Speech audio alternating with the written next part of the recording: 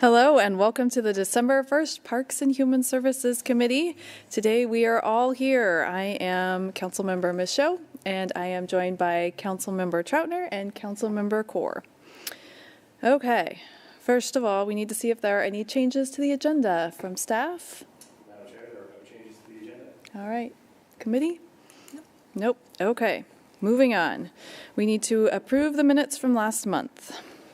Madam Chair, I move to approve the minutes from the November 3rd, 2022 meeting. Second. Any discussion?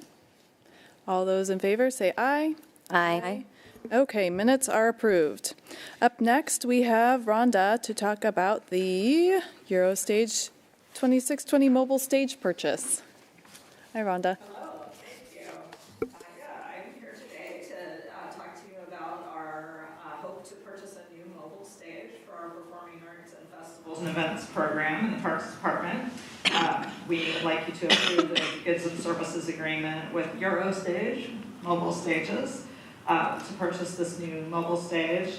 It will be this will replace our old stage, which if you've ever been out to any of our festivals or summer concerts, you'll recall seeing it. It's kind of like a trailer that folds open, and we're able to put it in different parks and locations and have our concerts on there.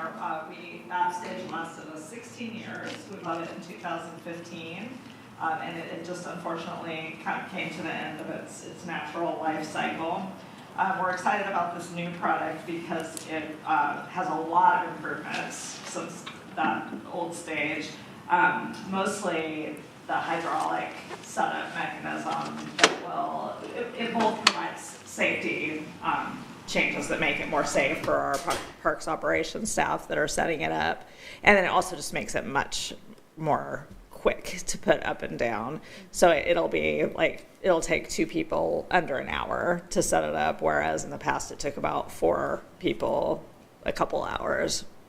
So it'll really help take some of that burden off of our parks operation staff, and it has a lot of new features for branding and banner packages, and it'll really kind of elevate the professionalism and the nice look of our concerts. So, and in your packet, you have the goods and services agreement, as well as a memo that the mayor signed to waive the competitive bidding process for this particular purchase because it is such a unique product. There are only a few companies that make this kind of stage. I'll also mention one of the things that we're excited about with this particular stage is the company has a really close relationship with a event production company in Auburn that we work closely with, and they're the only United States West Coast company that is certified to do training on the stage. So they'll be able to annually train our staff on the safety and the setup and do maintenance checks annually to make sure that everything's all in good working order. So that's a nice feature of it as well. The total cost comes out to about $139,135. That's the purchase price with taxes and deliveries. That's kind of all in.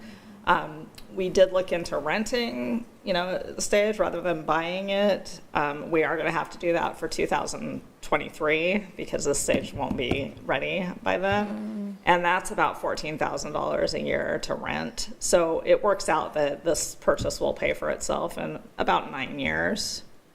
And it has an estimated lifespan of about 25. Any questions? Go ahead. Do we ever rent the stage out to other groups that need it for anything, or is it a donation that we do? Yeah, with our old stage, we used to. That particular stage was mostly purchased by us with a fairly large donation from the Kent Lions Club, so they used it a lot.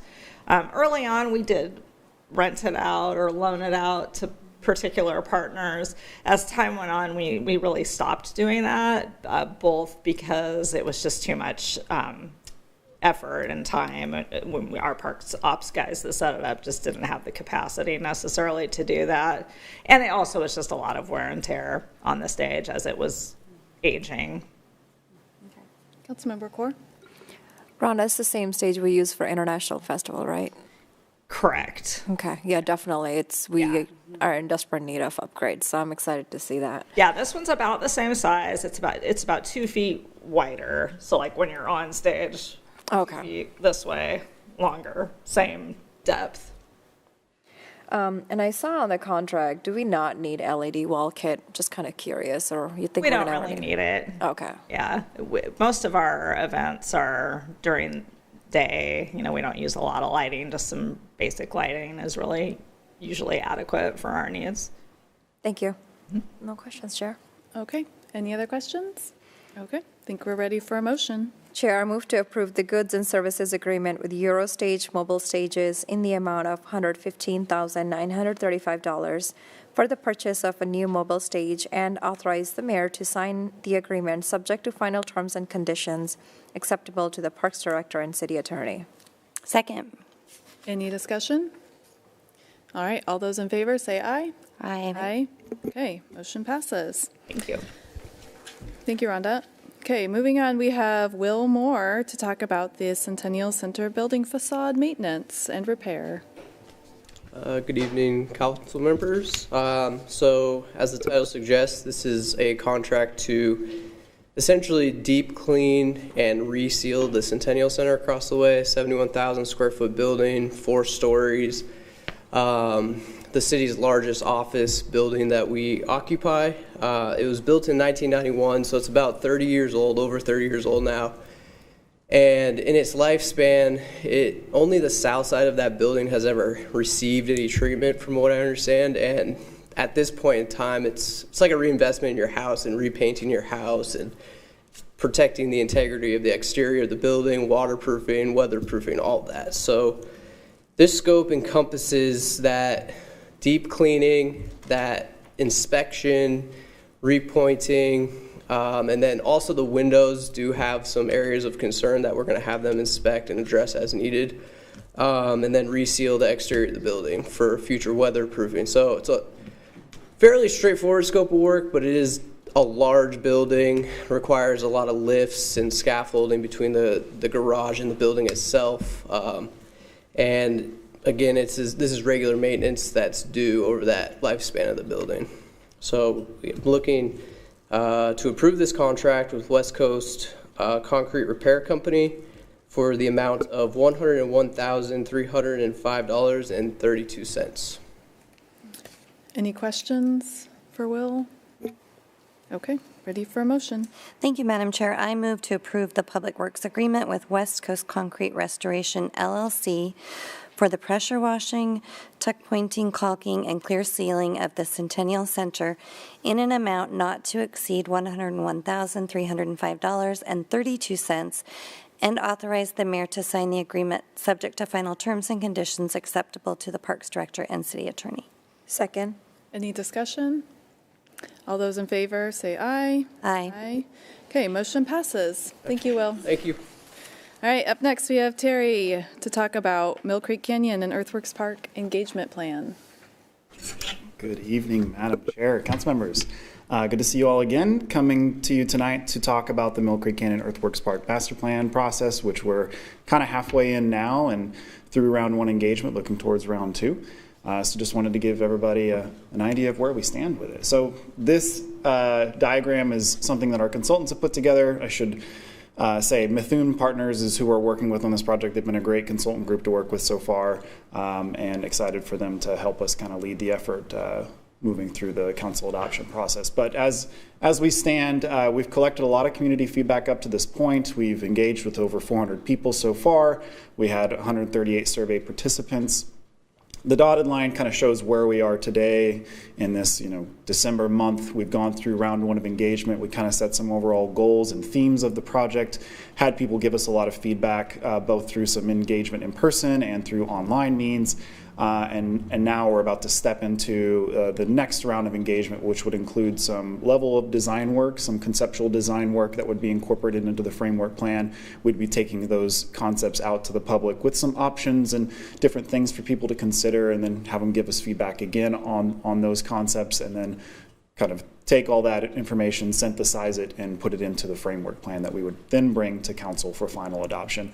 General timeline we're looking at is kind of a spring of 23 delivery of the framework plan.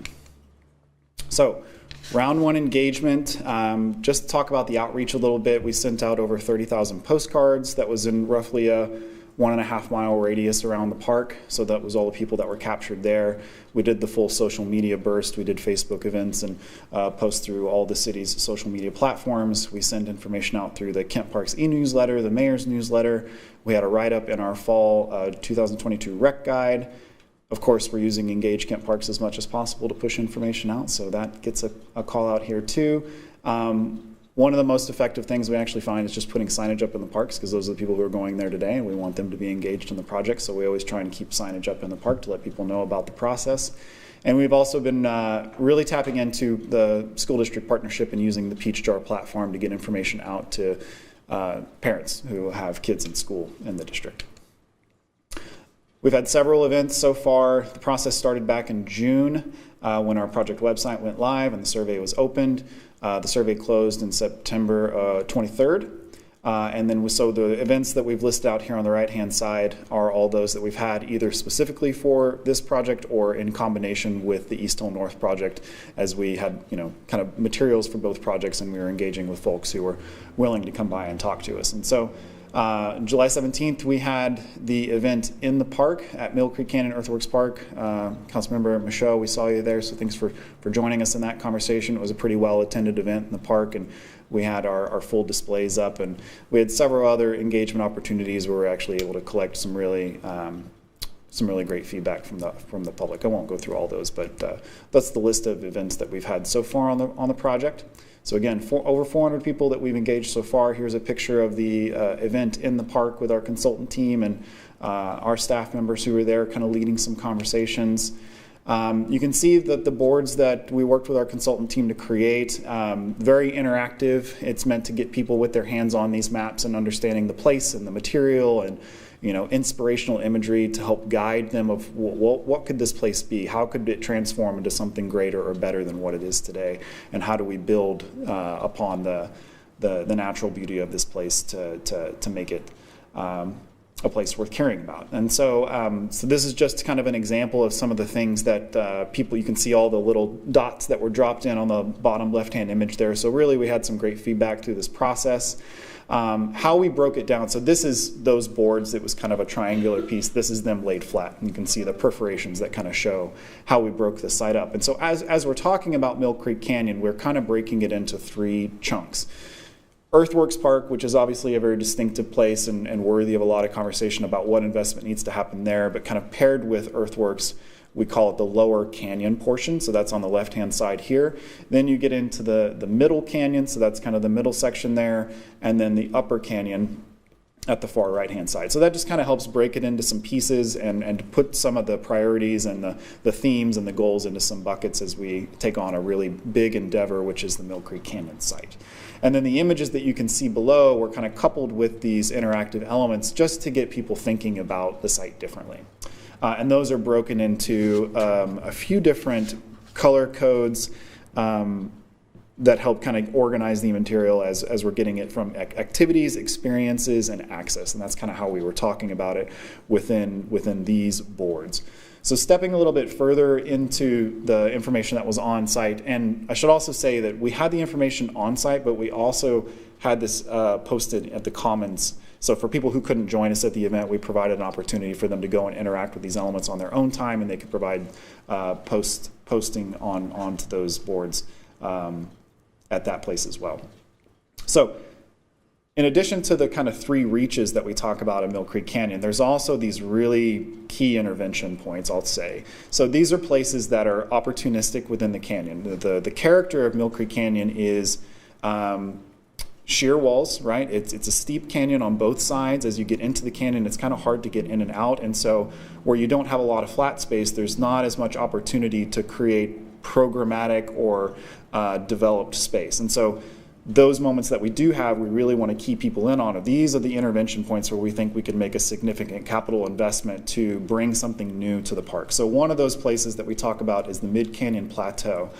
The Mid-Canyon Plateau is located adjacent to the American Legion Hall, and that's the flat space that you see as you drive up Kit Kangley. You kind of peer over the guardrail there, and you can see, oh, there's a nice little flat spot there. What could we do there? So we talk about the Mid-Canyon Plateau being a place where people should key in on with their feedback. One of the other places we talk about is the road closure that we just did at 100th Place Southeast. So we're calling this kind of the Upper Canyon Rim at 100th Place Southeast. This would be another intervention point. You know, that site is sitting there today. You do see people walking through there, using it as a trail, but what else could it be? Could it be something that has more of an attraction, more of an allure, an infrastructure investment to it? And then the last place we talk about is the Upper Canyon South, and so this would be the two properties that we recently acquired, the Ransom property and most recently the Mendel property.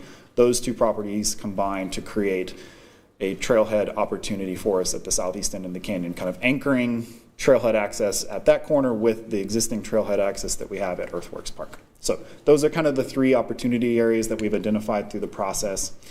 And so through this, we've categorized the feedback that we heard through the in-person engagement into these categories: circulation, program in blue, and then park features and park amenities in kind of the pink and purple color.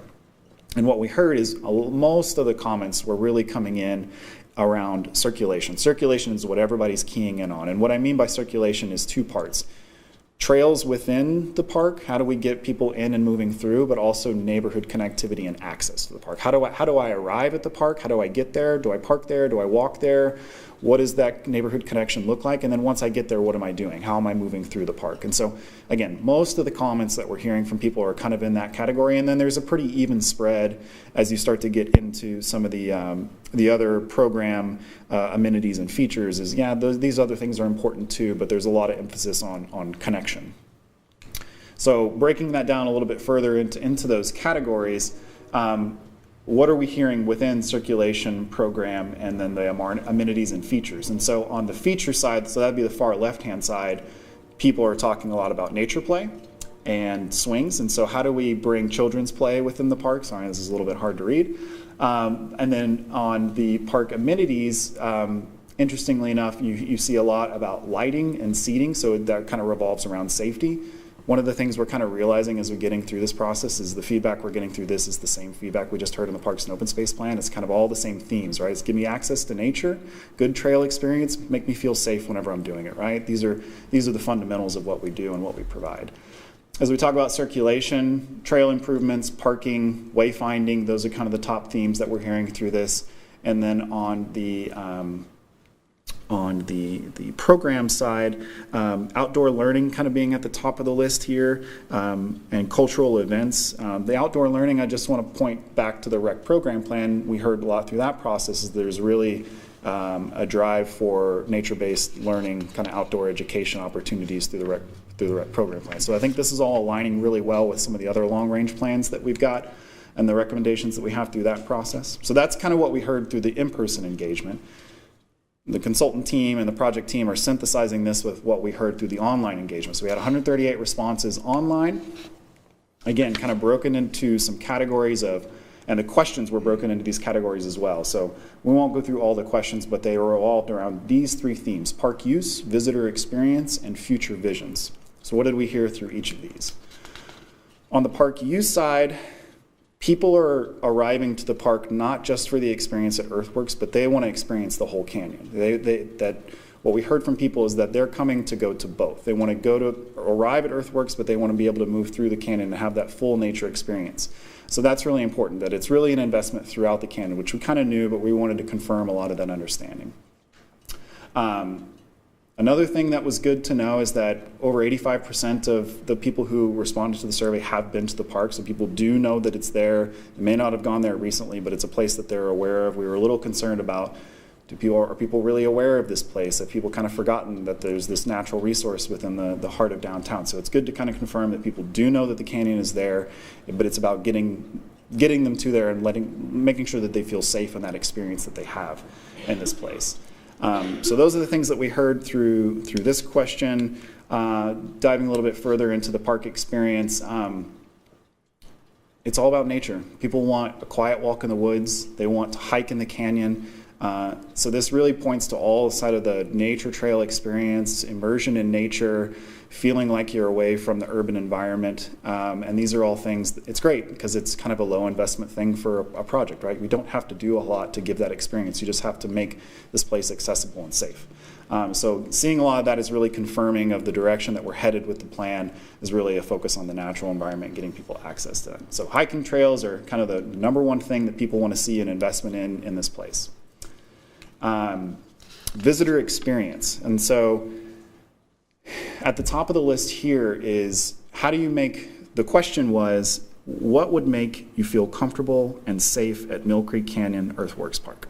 So the number one answer here was special events, activation and program, which is really interesting to hear. Is I think historically, you look back at Earthworks and how it was used, there was a lot of special event program, what happened in that space, and just over time that has kind of dissolved and gone away for various reasons, all good reasons. But I think what we're seeing is there's a real strong desire to bring that stuff back because that's part of what's going to make people feel safe, is getting the positive activation, the program piece back instilled into how this park is used. Some of the other things that were at the top of the list here are knowing that there's places to rest, so getting good places for respite within the park and seating areas, access or egress, ingress, how do I get out of the canyon once I'm in it? These are all important things to people, but also children's play is in the top three here too, so getting families back to the park is really critical to the success of that visitor experience as well. Another interesting point about this is lighting was really low on the list. Like lighting is not really on people's radar as being a part of that visitor experience. I think that probably has to do with the push-pull of having a natural experience, and the overly lighting something really detracts from that nature-based experience, and so that's kind of an interesting data point here. From this graphic, we're just pulling that the wayfinding and maps and being able to find your way through the canyon is really experience. If you ever wander in there, it's actually quite confusing. There's lots of different trails to use. You're not really sure sometimes where they will take you, which is both a good and bad thing, because that means that there's a lot of varied experiences that you could have, but it's easy to kind of lose your way, especially if you're not familiar with it. So really getting good access to information is important to promoting that visitor experience for people who will come into the canyon. And then looking at future visions, again, trail improvements are the most popular first improvement that can be made at the park. This is what people really want for us to do. So really high on the list there in terms of responses to the question of what would you like to see as the first improvement in Mill Creek Canyon. So the trail experience is kind of number one. Neighborhood connections was high on that list too, so people being able to access it from their home, whether you're in a multifamily or you're in single family, but those places surrounding should be able to get good access to it. And also a really strong desire to make some investments in Earthworks Park. So obviously Earthworks has seen a lack of investment over many, many years, and is starting to show its wear, and that infrastructure is starting to fail, and it needs a capital repair and capital reinvestment to kind of bring it back to its original form. And then I just love some of these quotes that we got from the public through the survey, so I'm just going to read a couple of these aloud. So, Mill Creek Canyon Park offers a unique opportunity to observe the understory canopy of a forest. There are several places along Wrighton Road where a viewing platform could be built as a benefit for those who cannot hike the trails. One of our hopes as a longtime resident is that the park won't be overdeveloped. We want to keep our neighborhood, deer, and wildlife. This is great. This is what we wanted to hear through this process. Another quote is, hear stories of how this stream used to have fish, and I'm most interested in seeing the environment restored, invasive plants removed, and trails restored. This is just sort of fundamentals of what this park should do for us. So natural resources, when we look at the graph there on the left-hand side, natural resources, equity, implementation, and history and culture are all equally important survey responses to the question of how important are each of these. So people are really looking for a balanced sort of investment that looks at all those factors, equity being kind of really high at that list, which was great too, because again, it lines really well with what we heard through the Parks and Open Space Plan. This is really a fast review of what we've heard through the engagement process, but just to kind of summarize it,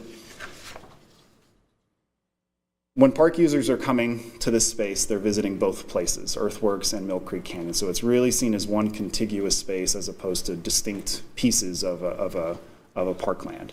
The visitors are attracted to a quiet and immersive experience in the canyon and in Earthworks. They want to be in nature in the city. Trail maintenance is very high importance. Trail maintenance and investment is very high.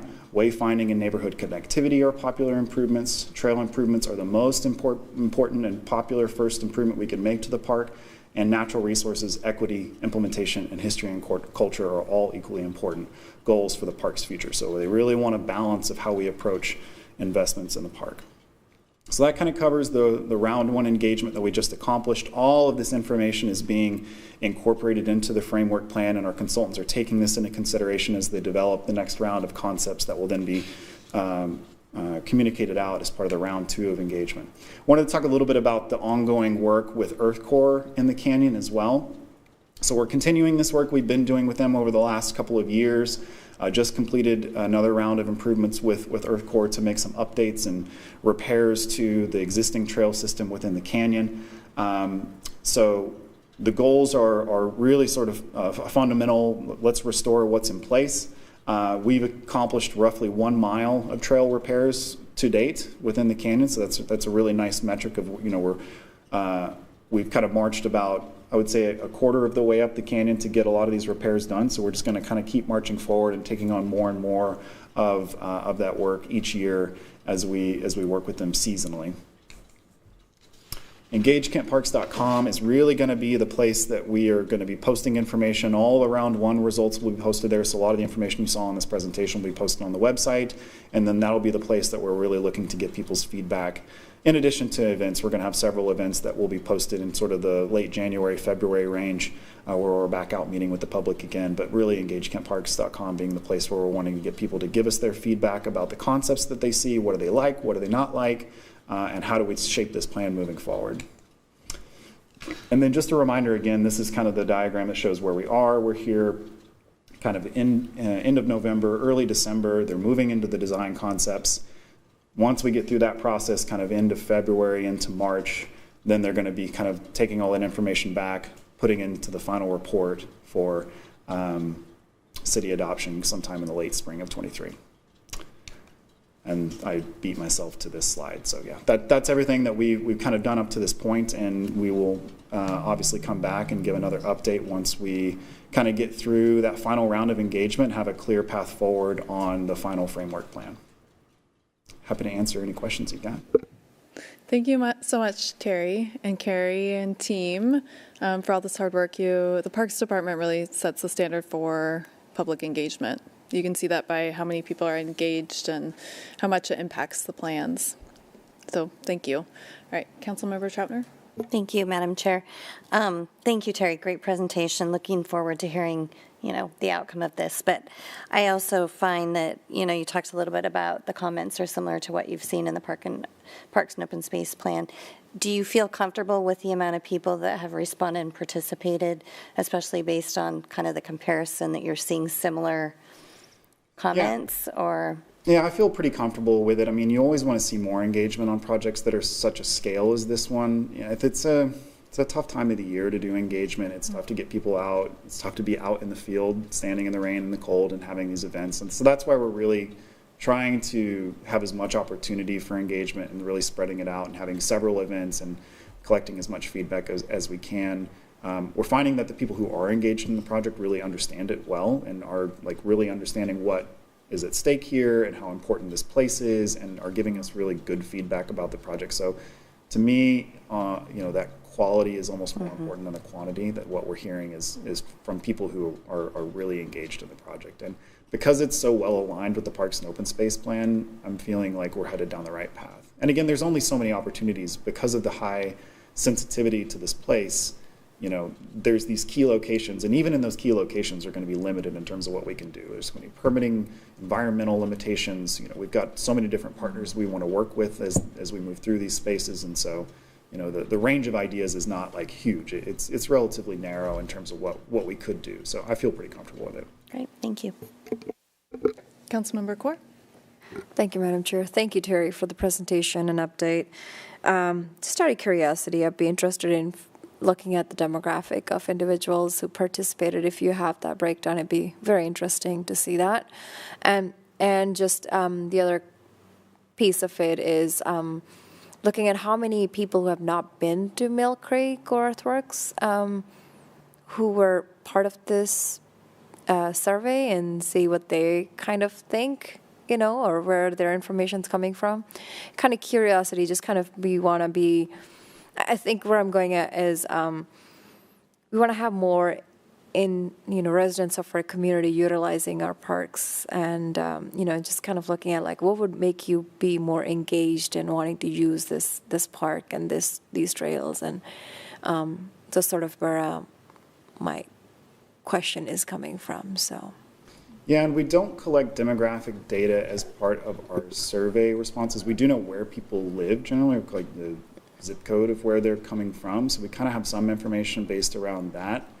We did a lot of outreach with all the multifamily, so not only did we send postcards out to single-family residential, but we sent them out also to all the multifamily around the area as well. And, like I said, when you send out 30,000 postcards and you only get 138 survey responses, it's tough, but we have to work with the information that we're given. I'll go back to the team and see if there's any demographic information we have from the survey responses or from the the tabling that we've done, but I'm not sure that that's a data point that we have on that particular piece. Yeah, I think my curiosity there was, are we getting a lot of surveys from the neighborhoods next to the canyon, or are we getting responses from more renters and multifamily housing developments, or even residents across the city who have never been to the park? So it's kind of where I was thinking. It is a mix. We are, because of the various events that we've done in different places, it's not just people I think when we had the event in the park, we heard from a lot of nearby residents that live in Scenic Hill or Mill Creek, or whatever the case may be. But because we're also going to farmers markets and special events that the city is putting on, I think we're getting people who are coming from various places in the city that are engaging with us on the project. So it's a little bit of a feel of who we're talking to in these events without actually collecting demographic and know exactly who that person is and where they live and that sort of thing. But yeah. I get it. So thank you. Any other questions or comments?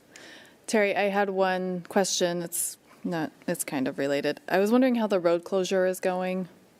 So far, so good.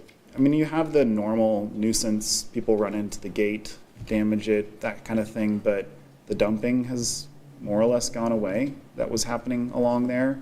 And our team's doing a really good job of maintaining that space.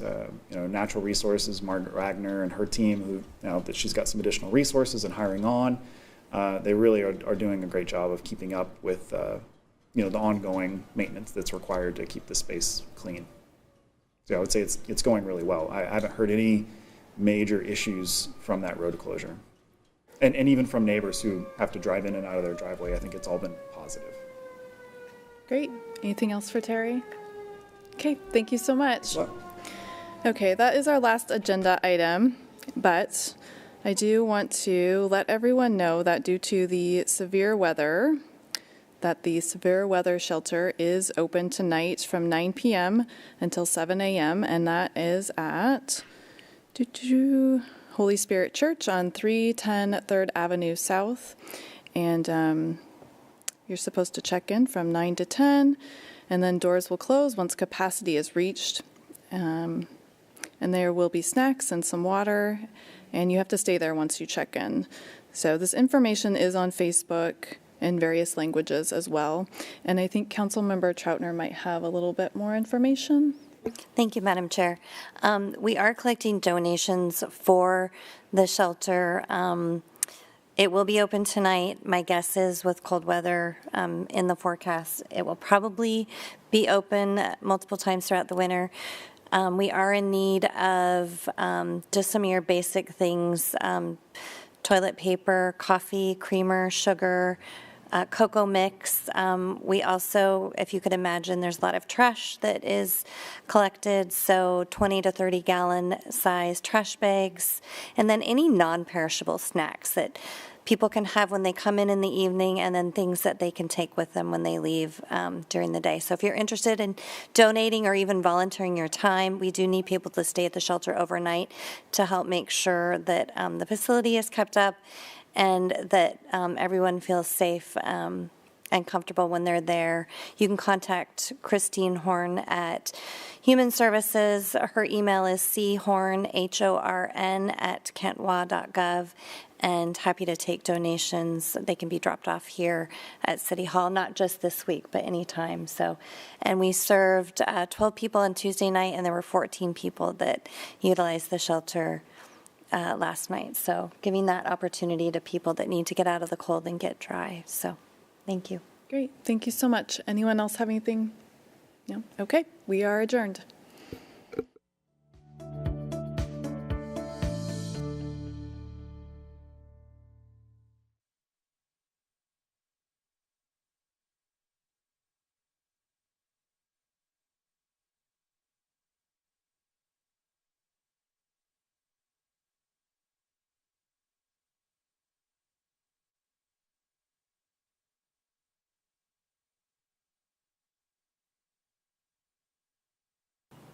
Thank you.